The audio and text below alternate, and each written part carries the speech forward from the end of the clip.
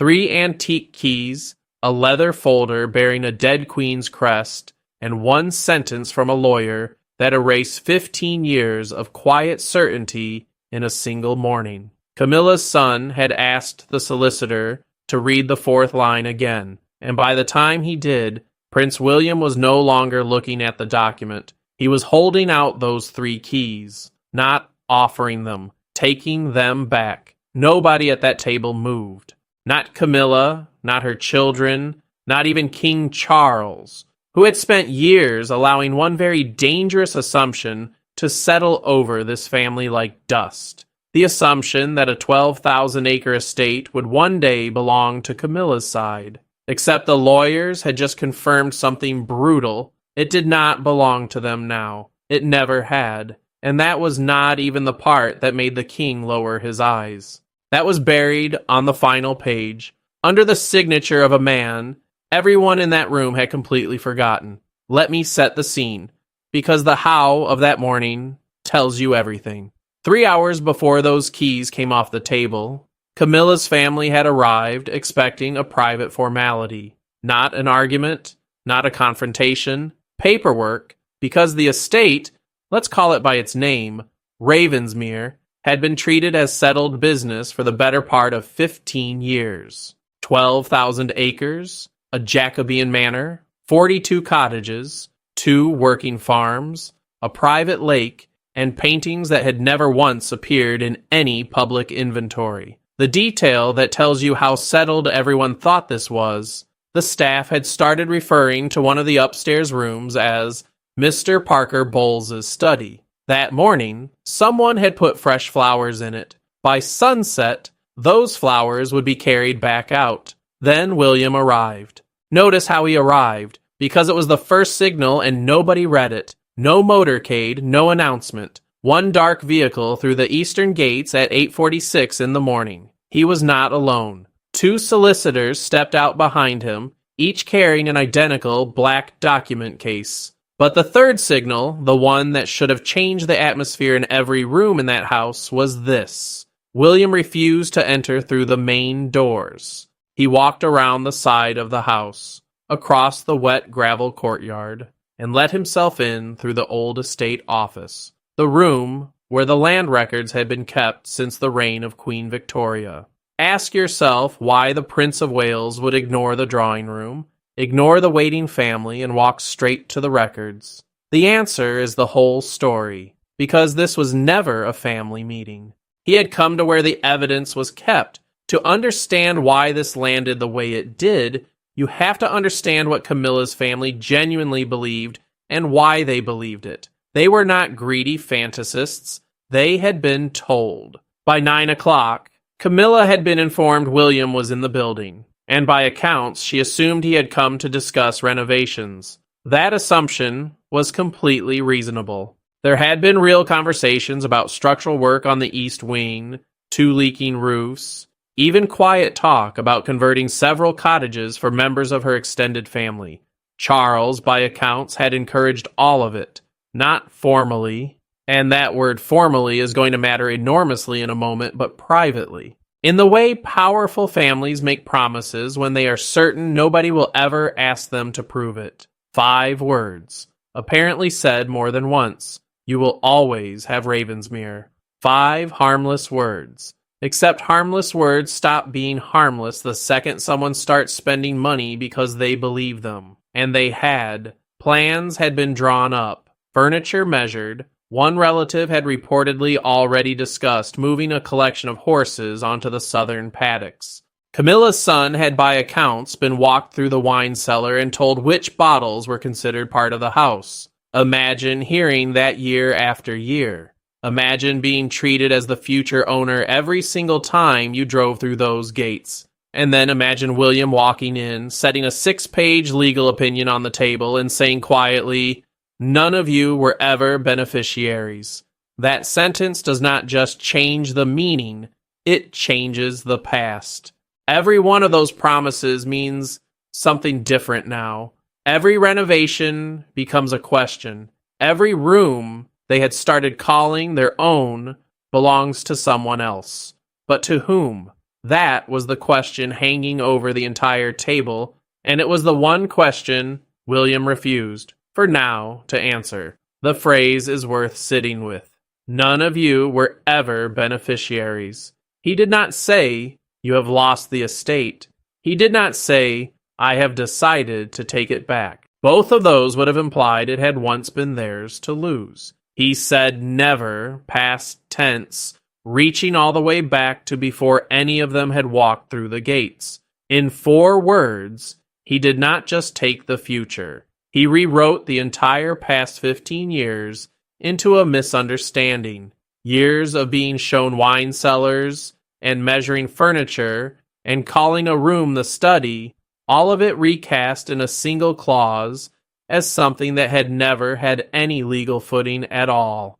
Anger says, you crossed me. What William said was, there was never anything here. Camilla came into the estate office just after 9:20. Charles followed a few minutes later, visibly irritated, not by the situation yet, but by the simple fact that this had not been brought to him first. William did not stand when his father entered. He stayed seated beside the lead solicitor, one hand resting on a faded leather folder. Charles looked at that folder immediately because he recognized the crest on it. It belonged to his grandmother, the Queen Mother, and accounts say that is the exact moment the confidence drained from his face. A man like Charles does not need documents read to him to understand what it means when his son turns up holding his grandmother's private papers. He already knew in his gut that something had shifted. He just did not yet know what. Here is what the folder actually contained. Ravensmere had not been bought by Charles. It had not been granted to Camilla. And it was not Crown Estate property either. It sat inside a private family settlement, a legal structure created decades earlier and then amended 3 separate times. The amendments are where the trap lives. The First Amendment protected the land. The second protected the house. The third protected the one thing nobody in that room had thought to check, the succession clause, the rule about who comes next. What Charles had, in legal terms, was something called a life interest. A life interest means you get to use a thing for the length of your life. Charles could live at Ravensmere. He could maintain it. He could draw certain income from the farms, but he could not permanently transfer it outside the bloodline named in the settlement. Not by promise, not by letter, not even by royal command. He had the keys to the house for his lifetime. He never had the right to decide who got it after him. And he had been promising exactly that for 15 years. Camilla's daughter asked the obvious question. If the king controls it during his lifetime, why can he not choose what happens to it afterward? And a solicitor opened the folder and gave the answer that turned the temperature in that room to ice, because that choice was removed before his marriage, not after the wedding, before it. Somebody had anticipated this exact situation. Charles marrying Camilla, Camilla's family drifting toward the estate, and had shut the door on it years before anyone else realized there was going to be a door. The whole room assumed the name behind that was Queen Elizabeth. Everyone looked at William, waiting for him to say the late Queen's name. He did not, because it was not her. The amendment had been signed in 1999, 3 years before the Queen Mother died, 6 years before Charles married Camilla, and next to the Queen Mother's signature was a second one, Princess Margaret's. Anyone who knew this family knew exactly who Margaret was. Sharp-eyed, suspicious, fiercely protective of family property.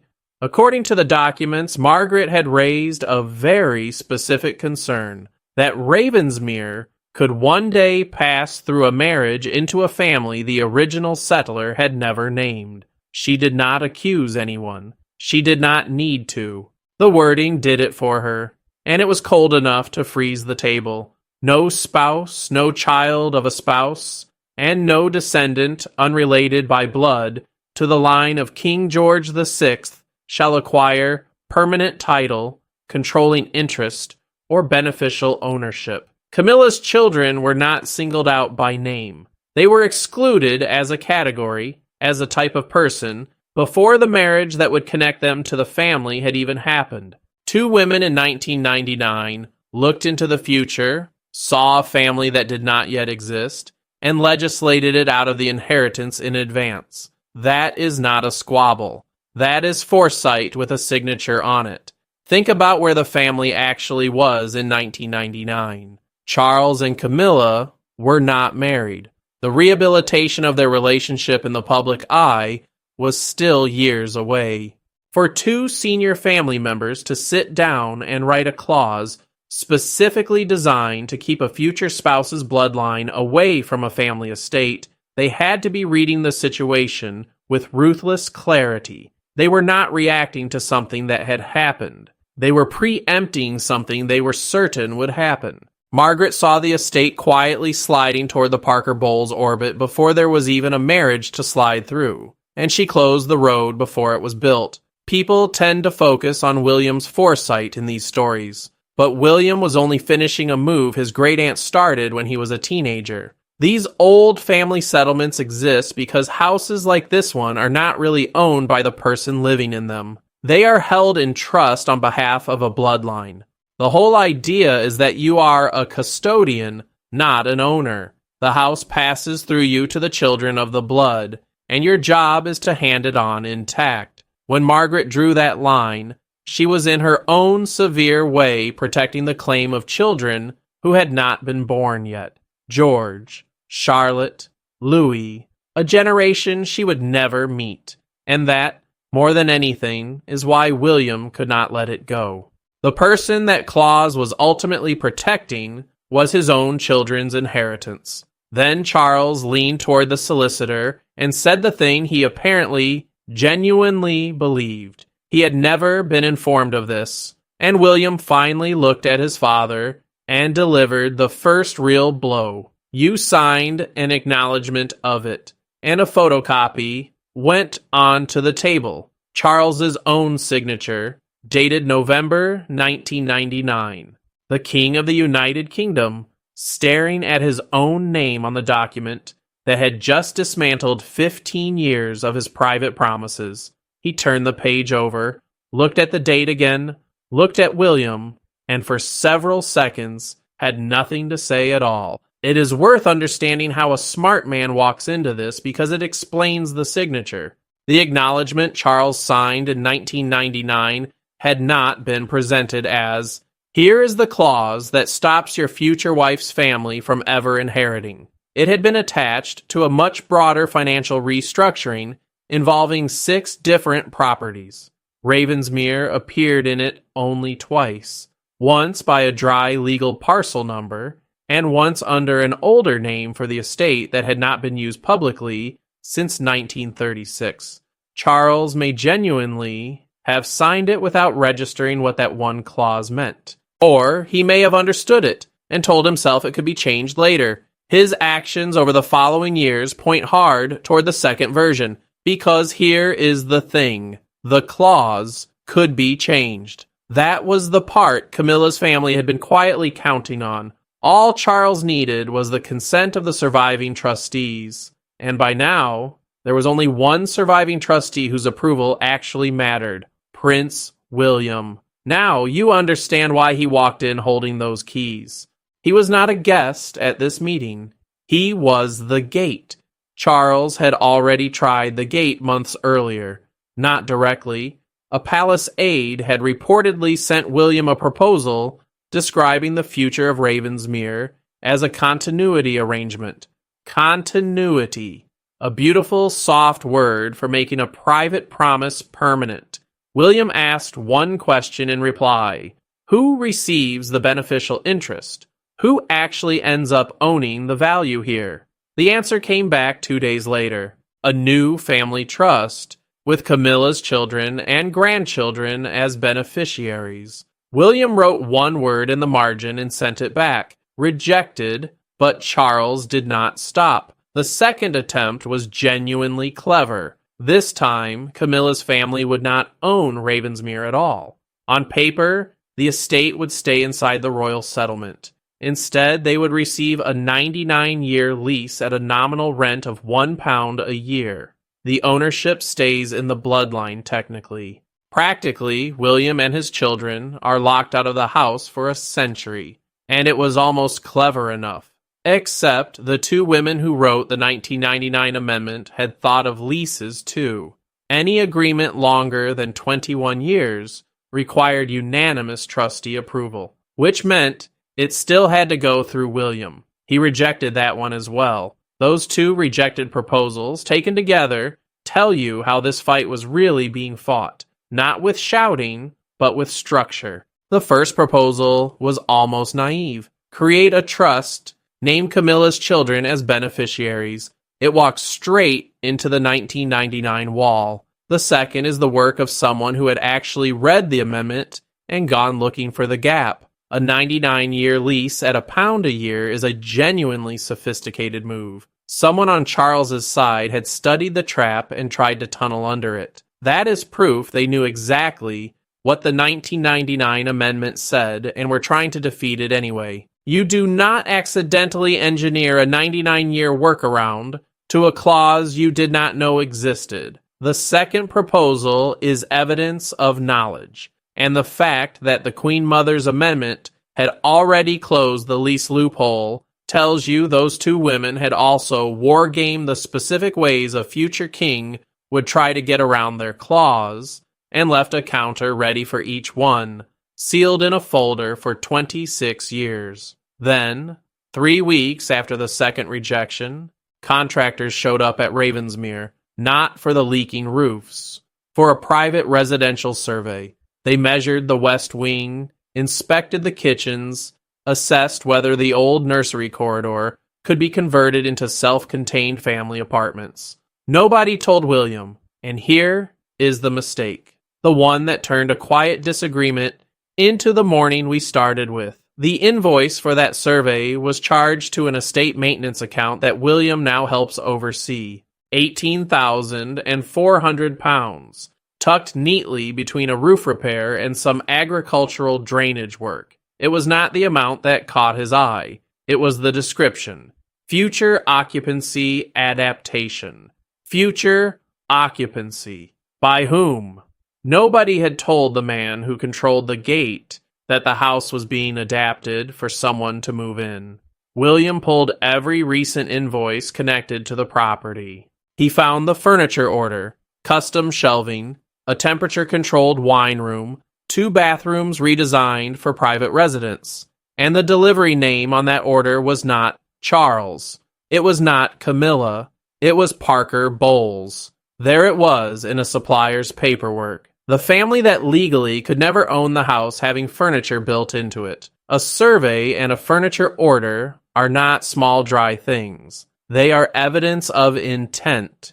You do not build a temperature-controlled wine room and redesign bathrooms for private residence in a house you plan to visit occasionally. You do that in a house you are planning to live in. The paperwork did not just create embarrassment, it documented a plan.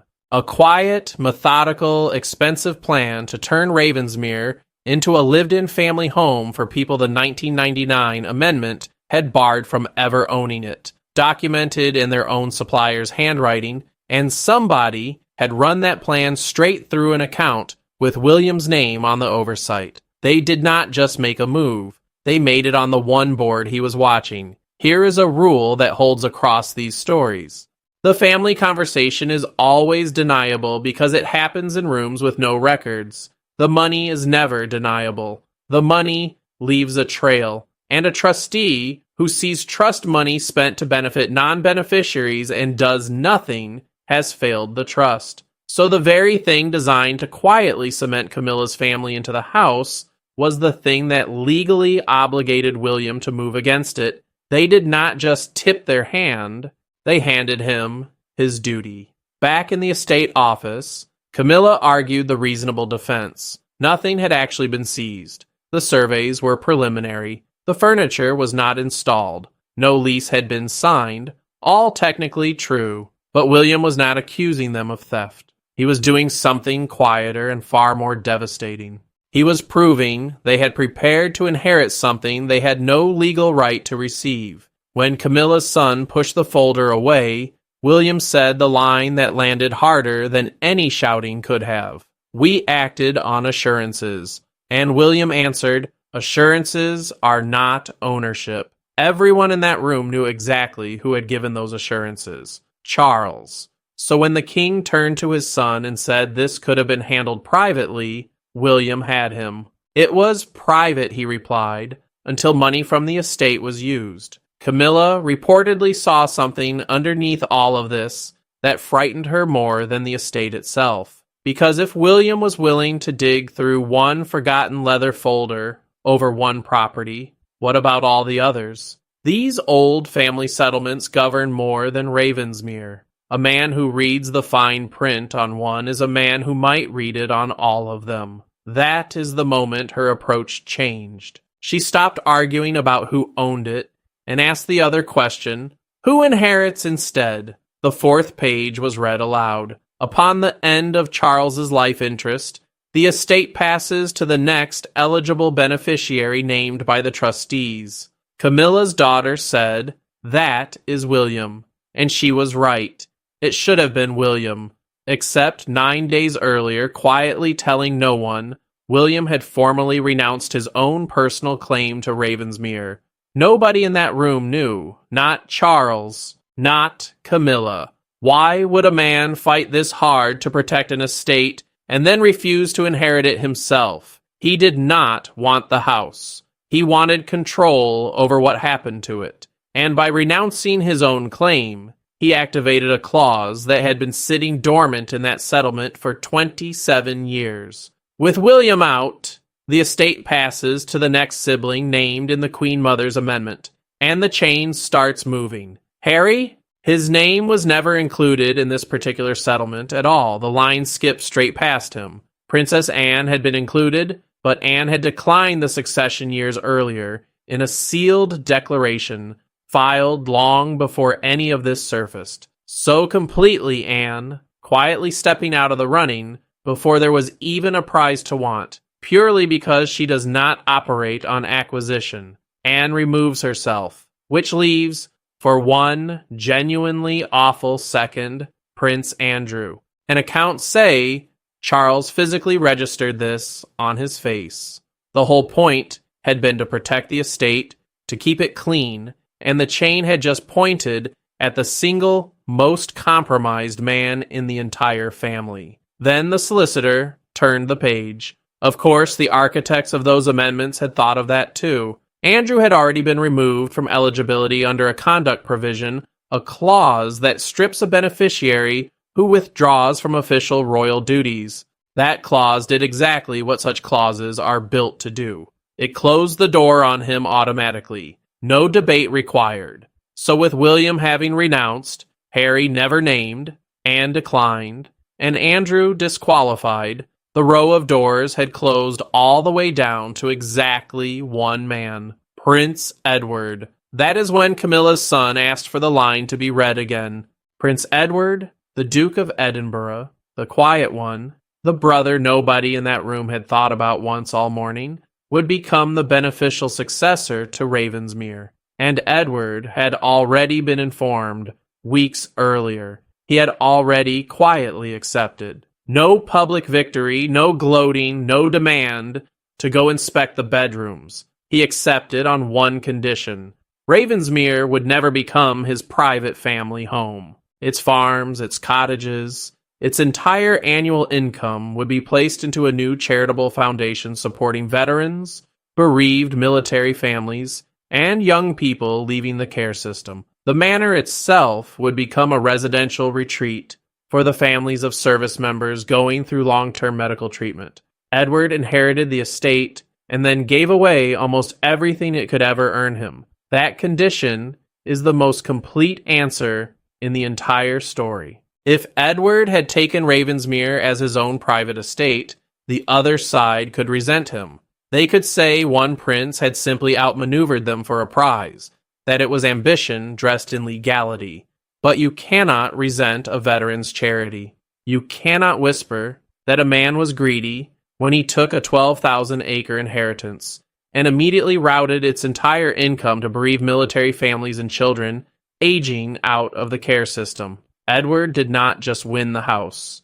He made it impossible to be the villain for winning it. He removed in a single condition the one weapon the other side had left, the ability to cast him as the aggressor. That is not just decency, that is strategically airtight decency, and those are very rare. And now, the two versions of the family sit side by side permanently on the same land. On one side, a plan for a temperature-controlled wine room, redesigned bathrooms, custom shelving, a study with fresh flowers, a nameplate on a door, an inheritance measured out in comfort. On the other, cottages restored for veterans, a manor turned into a retreat for the families of the sick, an income signed away before anyone could even accuse him of wanting it. Every family that drives through those gates for help becomes a silent comparison, never stated. This family does not state things,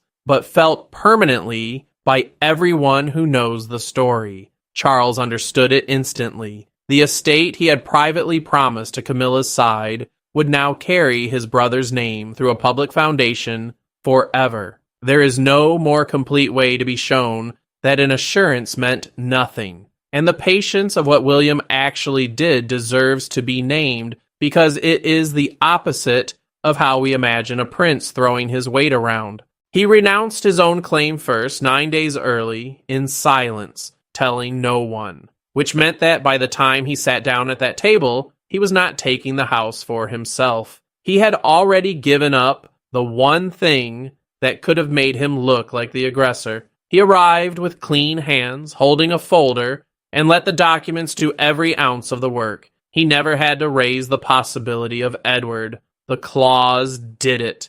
The renunciation triggered it. All William supplied was the reading. That is a man who understood that the most unanswerable form of power is the kind where you are not the one making the decision. You have arranged the machinery so the decision makes itself. Nobody can accuse you of ambition when your name is not on the prize. He did not win the house. He made sure the right person won it, and then stepped completely out of the frame. Then William slid the keys across the table, not toward Camilla, toward Edward's solicitor.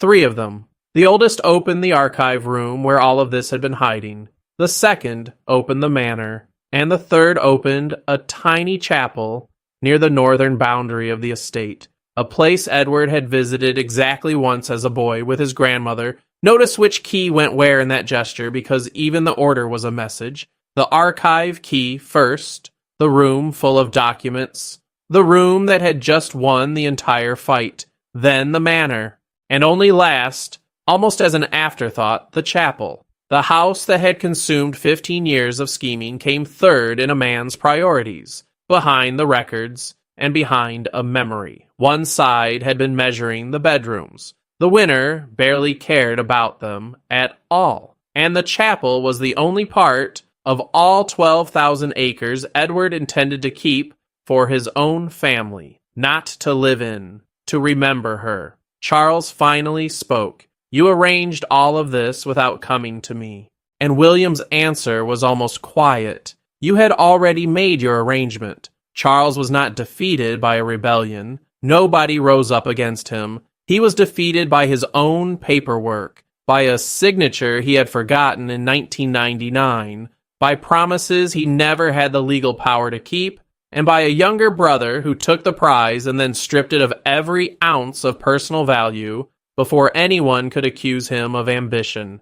Camilla had one last question, and it is the saddest one in the whole meeting. What happens to the rooms already prepared? The solicitor closed the folder and answered. They would be returned to the estate inventory. The custom shelving would come out. The wine collection would be left untouched, but it no longer belonged to anyone in that family. And the fresh flowers placed in the study that very morning were carried back out before sunset. By evening, the brass nameplate on that upstairs door had been unscrewed. Someone had ordered it. Someone had engraved it. Someone had screwed it to that door, believing it would stay there for a generation. A nameplate is confidence you can hold in your hand, and it came off in an afternoon. No announcement came, no palace statement corrected 15 years of quiet assumption. Anyone driving past the gates that week saw nothing unusual at all. The whole thing happened in total silence, the way everything real in this family happens. No press call, no statement of correction, just a quiet reversal, executed room by room, so smoothly that the outside world never even knew there had been anything to reverse. Inside the manor, the keys no longer hung beneath Charles's portrait. They had been placed in a plain wooden box next to a photograph of the Queen Mother and a handwritten note from Edward. 7 words: "Let this house belong to those who need it." The keys started the morning hanging beneath the portrait of a living king who believed the house was his to promise away. They ended it in a wooden box beside the photograph of a dead queen who had proven from 1999 through a single cold clause that it never was. The keys went from the man who thought he controlled the house back to the woman who actually had. The past did not just win. It had always been going to win. It had simply been waiting in a box for the day someone finally opened the folder and read it out loud. The question worth sitting with. Who actually won that morning? Was it William, who gave up the house to seize the control? Was it Edward, who took the inheritance and immediately gave it away? Or was it 2 women in 1999, a queen and a princess who saw a family that did not yet exist and locked the whole future shut with one cold sentence, 26 years before anyone opened the folder? And spare a thought for Charles, because the story is sadder if you flatten him into a villain. He spent decades fighting to be with Camilla through scandal and public hatred, through a rehabilitation that cost him more than most people will ever understand. And somewhere in the middle of all that, he made her family a promise. Not a scheme, a promise. You will always have Ravensmere. He probably meant it as an act of love, a way of telling the family he had married into that they truly belonged and were safe. The tragedy is that he never had the power to make that promise true. He was a life tenant handing out deeds, a custodian pretending to be an owner. And the cruelest thing about that whole morning is that his own signature from 1999 was sitting in a folder the entire time, quietly proving that the most generous thing he ever tried to give was something that was never his to give. Everyone in that room believed they were fighting over a house. They were not. They were fighting over a decision that had already been made by people now long dead, who understood this family better than it understood itself. The palace thought the last key opened a manor. It did not. It opened proof that in this family the past is never actually settled. It is just waiting in a folder for